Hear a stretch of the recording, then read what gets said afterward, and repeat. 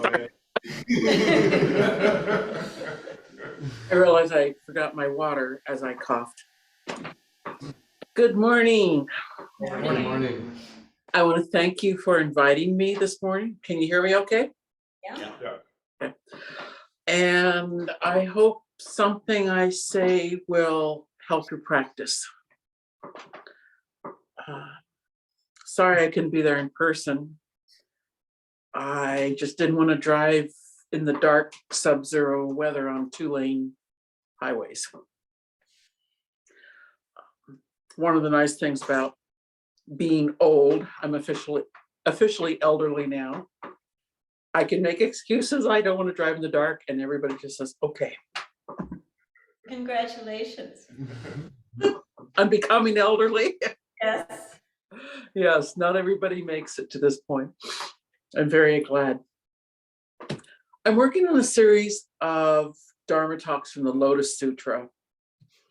And I've talked about the Lotus Sutra before, and I feel like I repeat myself, so I'll try not to repeat myself too much. But I've done a lot of picking and choosing. There's a lot of fun parables in the Lotus Sutra that everybody loves to talk about. And I just decided I'm going to talk about the whole Lotus Sutra. So I'm doing a series of talks with the Des Moines Zen Center and also with you guys. And we are hearing about the boring parts of the Lotus Sutra. A few years ago, I was in a Dharma study group, and I said, let's study the Lotus Sutra. And the leader of the group said, because it's so Lotus Sutra-y. And he found a book called The Stories of the Lotus Sutra. I mentioned that before with you. And I was absolutely appalled. I said, I will only read the real Lotus Sutra, none of this stories of Lotus Sutra. I love the book. And I would advise anybody who wants to study the Lotus Sutra, just go ahead and get Gene Reeves' Story of the Lotus Sutra. I've given that name to you before. So if you've heard me talk about the Lotus Sutra, I always hold up this book because it puts everything in a really nice, easy to understand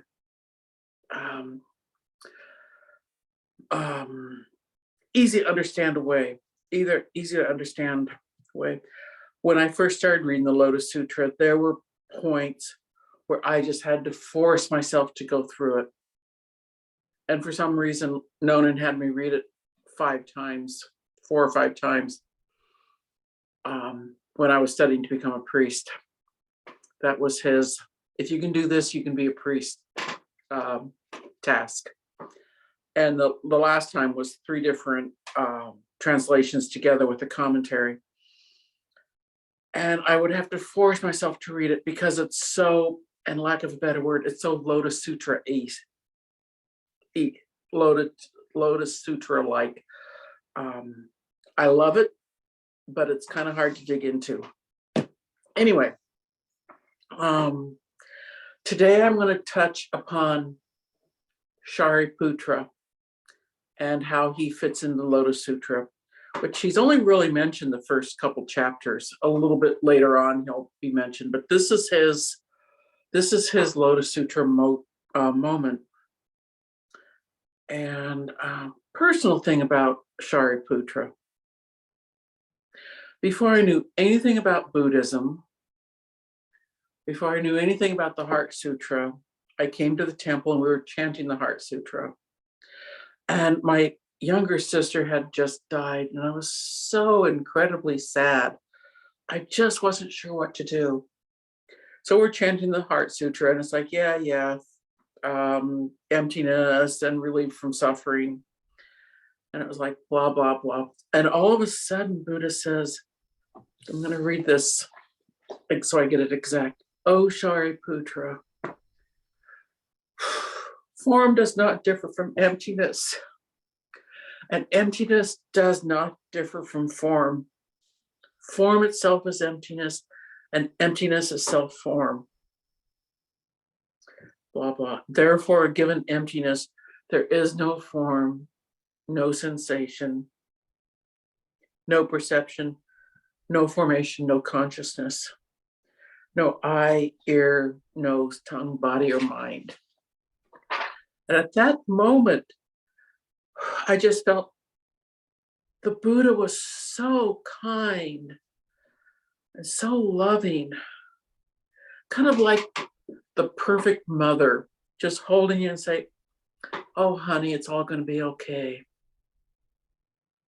And at that moment, I knew when Buddha said, oh, Śāriputra, that it just felt so loving and kind that I knew everything was going to be okay. First time since my sister died, it's going to be okay. And you'll not only survive, but it will be good.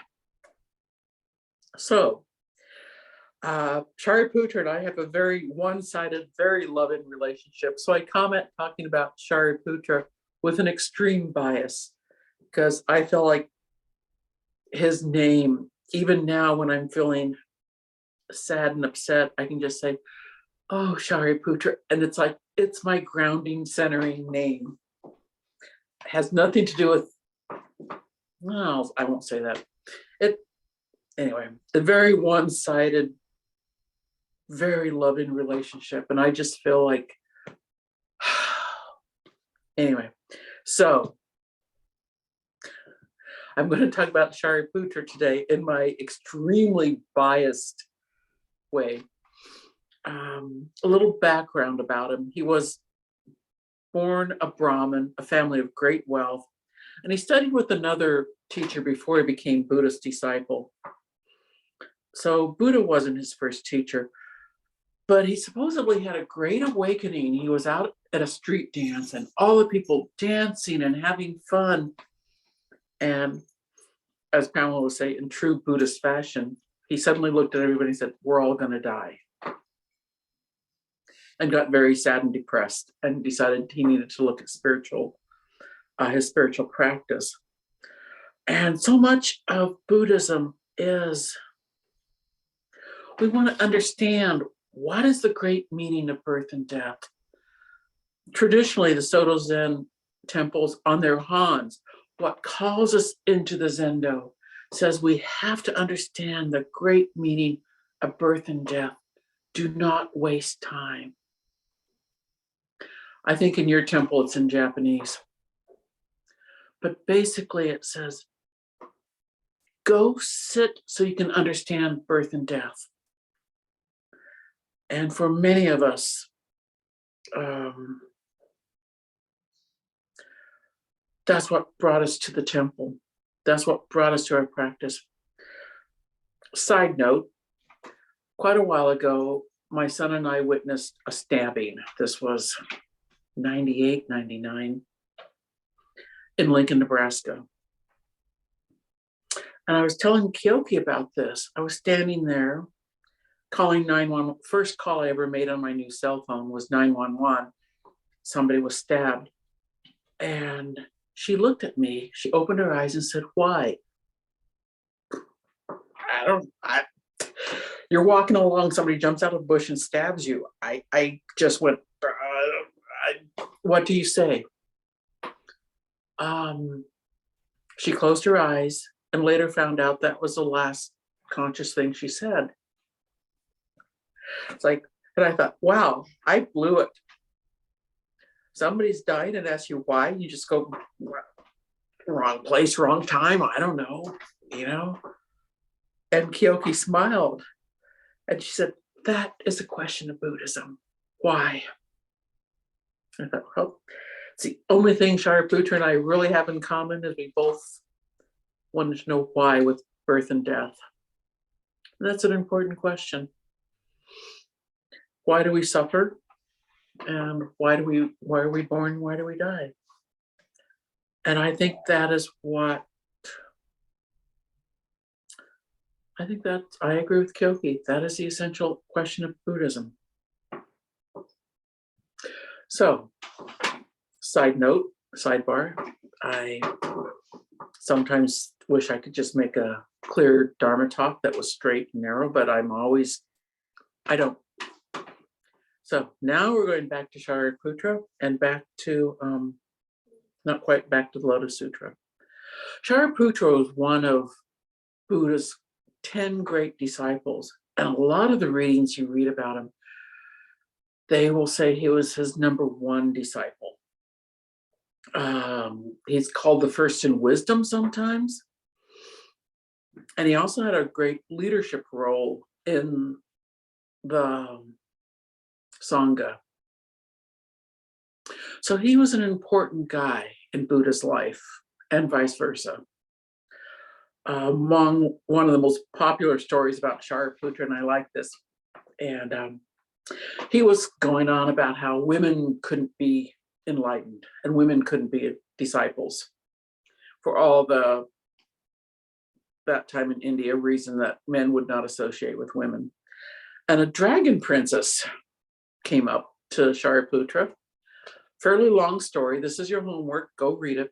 But she went blah, blah, blah, and did some things to Śāriputra, and Śāriputra ended up changing his mind.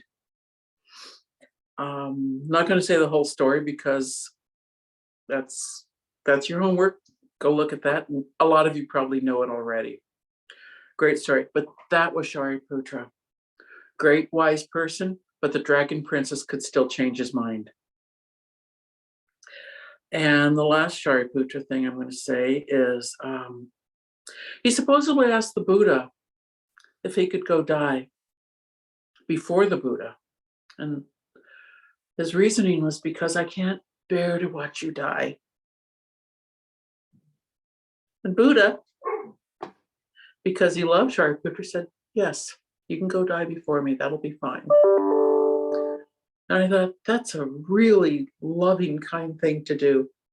So Śāriputra went to his hometown and died peacefully. And supposedly his last words was, I've been with all of you for 40 years. If I offended anyone, please forgive me.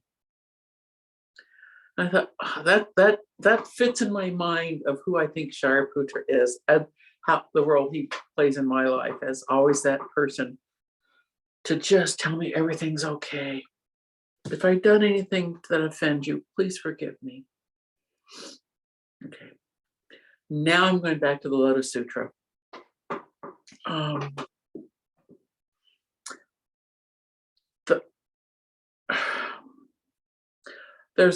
I'm just going to basically look at chapter 2 and 3 today. Chapter 3 deals with the parable of the burning house. And I've talked about that before, and I looked it up, and last April in particular, I talked about it with you guys. So I'm not even going to touch the parable of the burning house. But basically, chapter 2 and 3 deals with skillful means.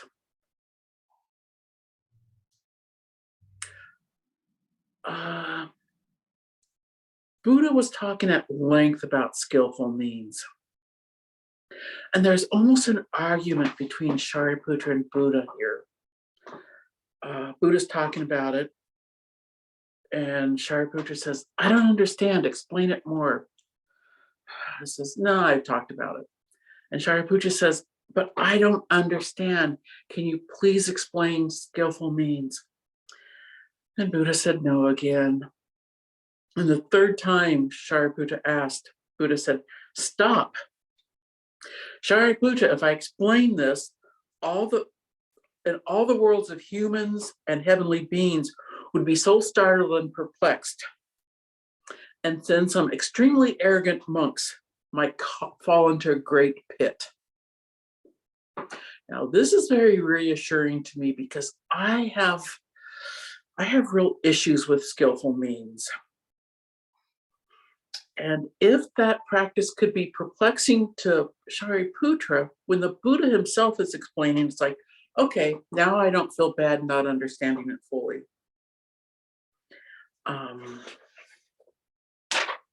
After Śāriputra asked the Buddha to explain it the third time, there's this thing about Buddha and in Buddhism, if you ask 3 times, the teacher has to tell you. And so Śāriputra asked 3 times, and Buddha said, okay, I'll explain it fully. The first chapter of the Lotus Sutra pretty much tells all the hundreds of thousands of people and heavenly beings that were at listening to him talk about the Lotus Sutra. So Buddha said, I'm going to explain skillful means to you fully. And at that moment, 5,000 people got up and left because they said, oh, I know all about skillful means. I don't need to hear this again. They got up and left. And one of the reasons I like the Lotus Sutra is after the 5,000 people left, the Buddha said, good. Now we lost all the useless branches. And now I can explain it to you. There's a few other teachers that I could see leaning back and saying good when half the group left, or even a couple of the people left. Good, they didn't understand. And as I reread my Dharma talk this morning, all 5 pages of it, I thought not once in this Dharma talk did I explain what skillful means was. So I started, what else you do? You Google in Buddhism what a skillful means. And there were definitions of skillful. There was these big, long, circular comments. And the quick, easy definition of skillful means is really hard to pin down. But one of the things I did read was Westerners as a whole find this a very slippery slope. It's very easy to use skillful means as justifying the ends.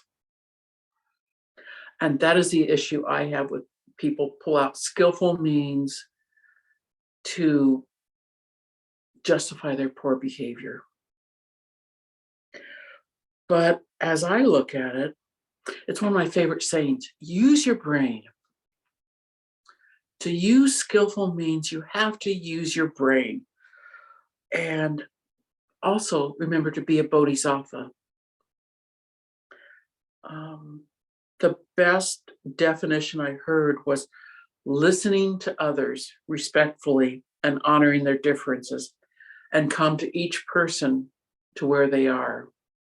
I thought, I like that. So I could have just said skillful means is listening to others respectfully and being a bodhisattva and honoring their differences when you talk to them. But that would be too easy because skillful means is hard. But we all do it all the time. Anyway, back to the Buddha. Buddha went after not telling anybody what really skillful means was, but just said, now I'm going to explain it.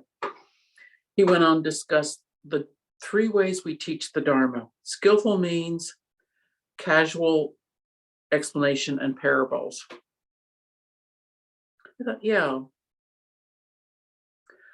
And what follows is a wonderful discussion on why we teach the Dharma. Pages and pages of discussion. And I'm going to boil it down to one sentence. One of our Bodhisattva vows, why we teach the Dharma. Beings are numberless. We vow to free them.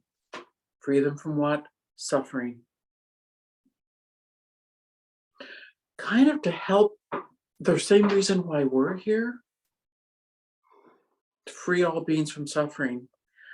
And as we practice, we have to remember the first person to free from suffering is ourselves. And I'll say we also have to use skillful means when we free ourselves from suffering. To look at myself and say, you idiot, why do you keep doing that over and over again? That is not skillful means. I do not respond well when I call myself a complete idiot. I say, you do that all the time. When are you going to learn? Well, skillful means is like, well, let's try again next time. That's what I need to use. That's how I use skillful means with myself. So why do we share the Dharma, and how do we share it?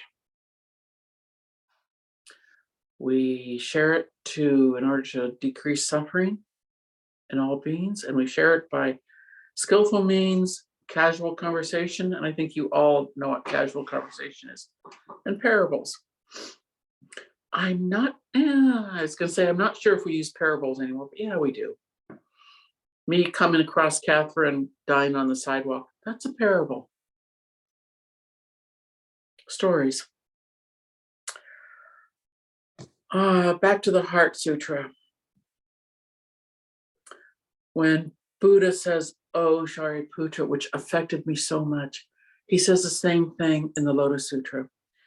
He says, "Oh, Śāriputra, the Buddhas, the world-honored ones, and all the billions and billions of Buddha lands throughout all the universe are giving abundant beliefs and peace and happiness to all beings, so that we, with all living beings, might gain complete wisdom." That's a pretty nice thing for the Buddha to tell you, as part of his skillful means lecture. It was really nice to reread chapter 2 and 3 of the Lotus Sutra. There were so many lines that I read, and it was just like, oh, that's so beautiful, that I could just say, oh, listen to this line, listen to this line. But that gets really old to listen to. But the whole chapter just feels so loving and kind. As the Buddha says, I have something so important to say.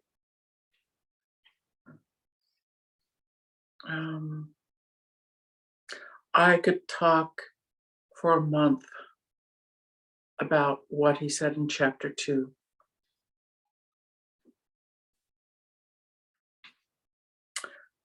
But another point he brought up in chapter 2 was be very careful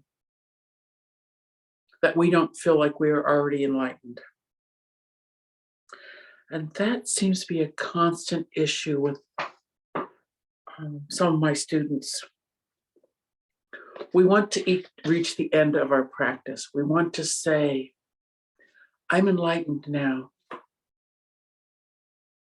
And we want to walk across that stage, get our diploma, and wave to all of our family and friends in the audience. I got it. I got this piece of paper. Now I'm enlightened. I'm going to hang it on my wall for everyone to see.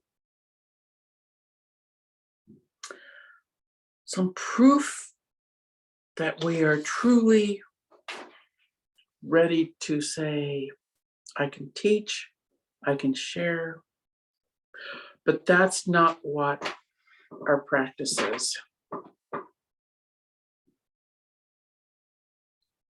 We want to be ready to tell our friends and family that we are truly a child of the Buddha, which in chapter 3, that's what happens between Buddha and Śāriputra. The Buddha assures Śāriputra that he will become a Buddha with a capital B. And Buddha says, oh, I am a child of the Buddha. And if you ever had Jukai or watched Jukai, as you get your Rakusu, the Doshi will say, your teacher will tell you, you are a child of the Buddha. And that's where this comes from. We are all a child of the Buddha.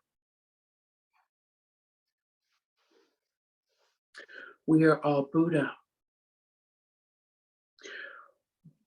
When we bow, when we walk into the Zendo and bow to the Buddha, we're not bowing to some guy that lived 2,500 years ago. He was nice, he was good, he had good teachings, but we don't bow to the Buddha. We are bowing to the Buddha as an enlightened person. And in that bow, We're also bowing to the idea that we too are Buddha. I bow to my Buddha as I'm still a Buddha with a little b, but I'm still a child of the Buddha. I'm not enlightened. I've studied. Supposedly, if you memorize the Lotus Sutra, you're guaranteed enlightenment. I don't care about it enough to memorize 700 pages of hard to understand text. But I read it and I try to understand it. We are all child of the Buddha. And we all use expedient means.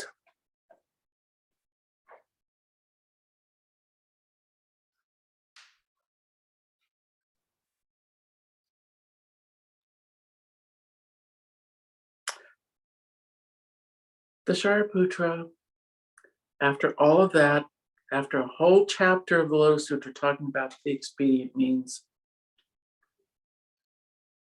and me not being able to Google a nice, easy explanation of it, and Buddha saying, you are Buddha with a capital B.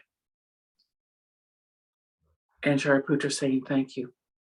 Śāriputra said, I still don't understand this expedient means stuff that you're talking about. So we had casual conversation, and out comes the parable of the burning house,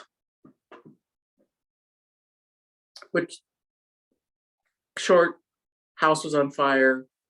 Dad calls the kids won't come. So the dad kind of makes up a story.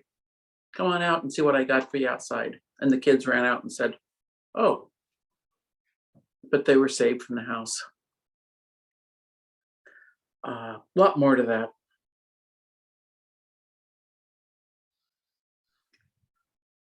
But expedient means is important. We use it all the time.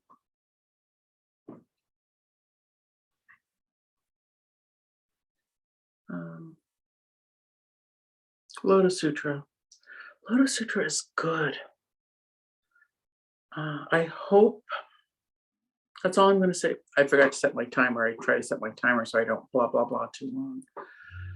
I hope with my talks about the Lotus Sutra, which you'll probably hear from me for quite a while longer, unless if somebody writes and says, please, no more Lotus Sutra, talk about something else because we're tired of it. It's one of the main texts of Mahayana Buddhism. It has a lot to say. When Nona and I were going through it, he just said, there's still lines in the Lotus Sutra that just makes me cry. It's like, yeah, there's some beautiful stuff there. And hopefully, when I talk about it, you'll go and say, oh, maybe I'll go try it. Reading some of it, and hopefully you won't read one of these things that it's like, oh, geez, this is awful. Which is where you get a commentary on it. It kind of pulls out the good parts or pulls out the less boring parts. But everything in the Lotus Sutra is said in prose and verse. And the verse was to help people memorize it. Because 2,500 years ago, I could not print out a copy of what I had to say. I had to memorize it. And I'm going to read some verse to you just because the verse is so beautiful, and I wish I could recite poetry better. I wish I was a better reader, but I hope that you can enjoy part of it just because it's beautiful. So here we are. Since the tranquility, extinct character of all things cannot be put into words, I will use a power of skillful means to teach the 5 aesthetics.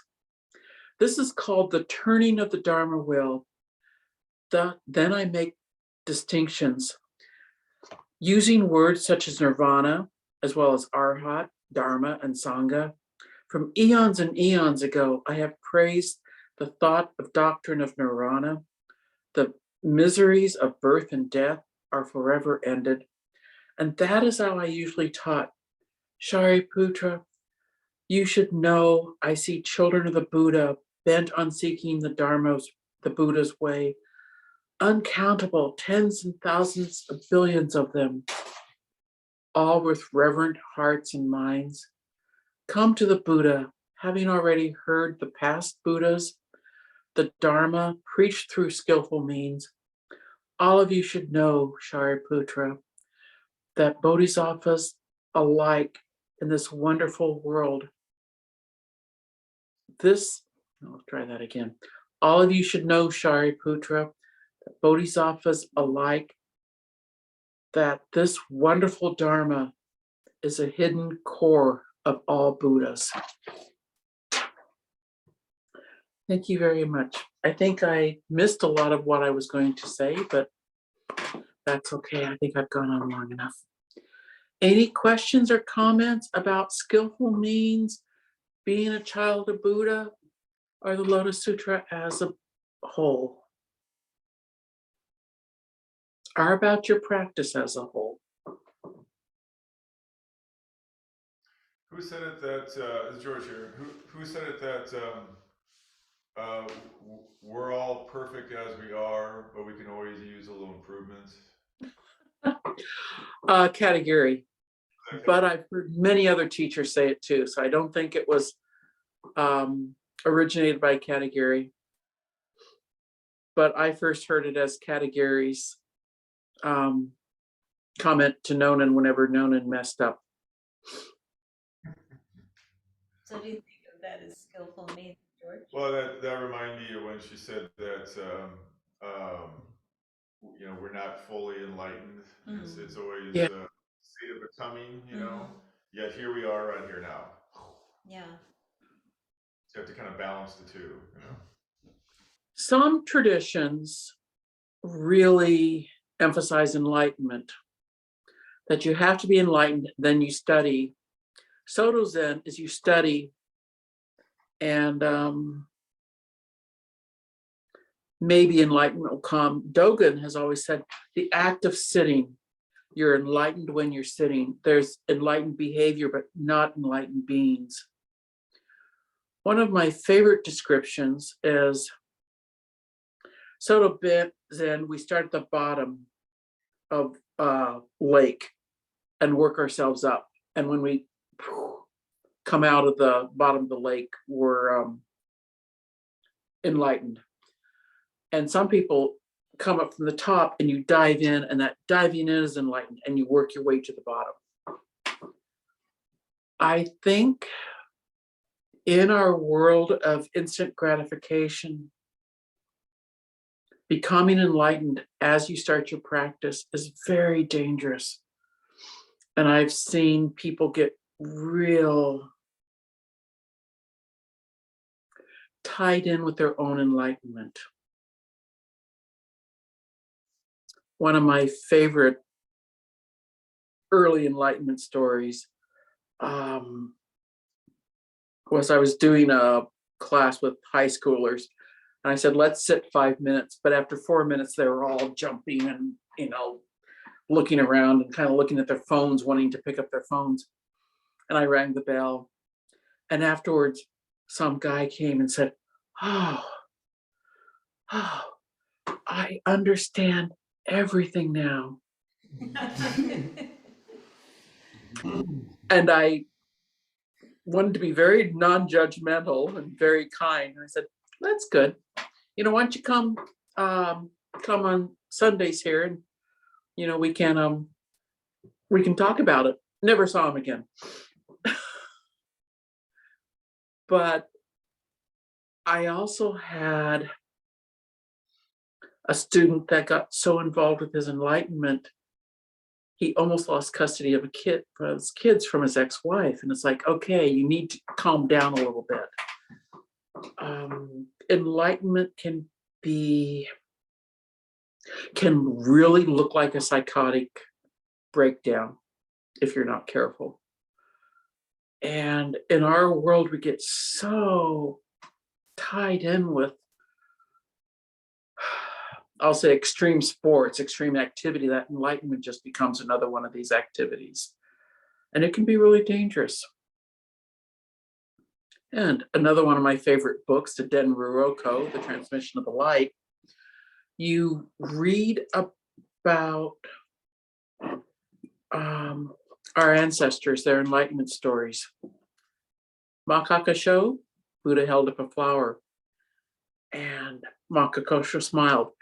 That was the enlightenment. And I was reading about it not long ago, and they said the flower that Buddha held up was very small. It wasn't even a big showy flower. And pictures, it's always this, when I see it, see people drawing, it's all this big, beautiful flower that Buddha holds up. It's like, no, it's this tiny little flower. Ananda was another one of my favorite enlightenment stories. Ananda, and I always picture this with a whiny voice, Makakasho, what did the Buddha give you that I didn't get? Blah, blah, blah. Why are you enlightened and I'm not? And Makakasho said, Ananda. Ananda said, yes. Ananda dropped what he was talking about and just was there and said, yes. That was Ananda's enlightenment story. These enlightenment stories aren't big things. It's just day-to-day living, being there for the small flower. One of my favorite, in the Fukan Zazengi, universally recommended instructions for Zazen, it says a pebble, a banner, a needle, a mallet. Those are enlightenment stories they're referring to. Somebody hears a pebble dropping on a bamboo. Whoosh. All of a sudden, he's enlightened. Our ancestors' enlightenment stories are filled with everyday boring activities. Somebody tugs on your robe. And then suddenly you're enlightened. Yeah, don't get tied up in your enlightenment. But you are perfect as you are. But there's still room for improvement. Even if you are enlightened, even if somebody comes and tugs on your rakusu, and at that moment you realize the whole world opens up. Whoosh. That doesn't mean there's not room for improvement. I think one of the things I missed in my talk was, maybe I said it or not, I don't remember. Śāriputra was saying, I don't get it. And Buddha says, yes, I am still tied in with my own entanglements. So even when the Buddha was teaching the Lotus Sutra, he said, I still have my entanglements and attachments. I understand. I understand not knowing.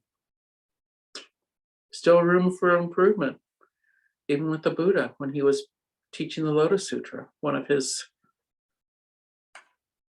I'll say one of my top favorite of his teachings, and many other people agree. Long question. Did I answer your question, George? Long answer. Sure. Yeah, I took a one-word answer and blah, blah, blah for 5 minutes about it. That makes you a Zen teacher then. Any other questions or comments? I guess I just have a comment. This is Pam. I was preparing for an Intro to Zen class last year sometime. And so I was, of course, Googling and studying up on the difference between Theravada and Mahayana Buddhism. And I noticed that one of the things that were listed as a distinction between the two was under Mahayana, it included skillful means. And that's the first time it really made sense to me, because under Theravada, you don't have the bodhisattva ideal. You have the arhat, and you have the monastic ideal where people spend their lives trying to, become enlightened, but they don't have the value of trying to save all beings. And that adds the element of, if you're trying to reach and teach or, help people or save people, I guess you could call it, then skillful means becomes really central to, how do you approach people in a way that they can understand, sometimes difficult concepts. Yeah, and we use skillful means in our whole life.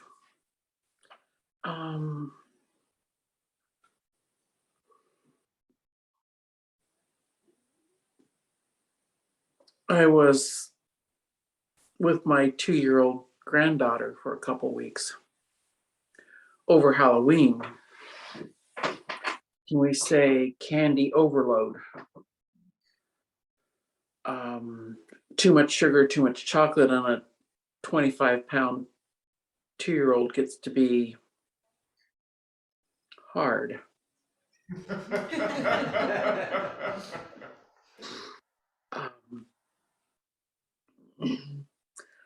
And sometimes skillful means is just saying no more candy, no discussion. And sometimes skillful means is you can have a piece after dinner if you still want one after you eat your dinner. I forgot how draining a child of that age is. And a lot of skillful means in raising kids. Yeah, a lot of skillful means in raising children. A lot of skillful means in dealing with a partner. Even someone you love. Sometimes you have to say, okay, how can I say this in a way that they will hear me? Just discussing dinner plans, you use skillful means. Yeah. And I bet even though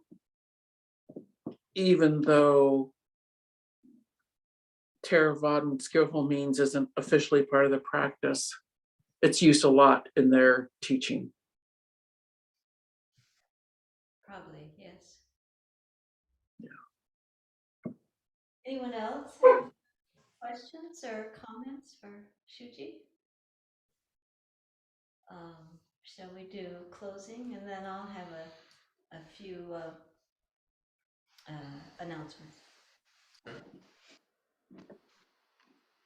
The many beings are numberless, bowing to carry them across. The many beings are numberless, bowing to carry them across. Greed, anger, and ignorance rise endlessly, vowing to cut off the mind road. Greed, anger, and ignorance rise endlessly, vowing to cut off the mind road. Dharma gates are countless, vowing to wake to them all. Dharma gates are countless, vowing to wake to them all. Buddha's way is all embracing, vowing to follow through. Buddha's way is all embracing, vowing to follow through. Thank you, Shuji. Thank you. Thank you, Shuji. Thank you so much for listening. I hope that something I said just made your day better. Very good. Yes, they're good. Wish you could join us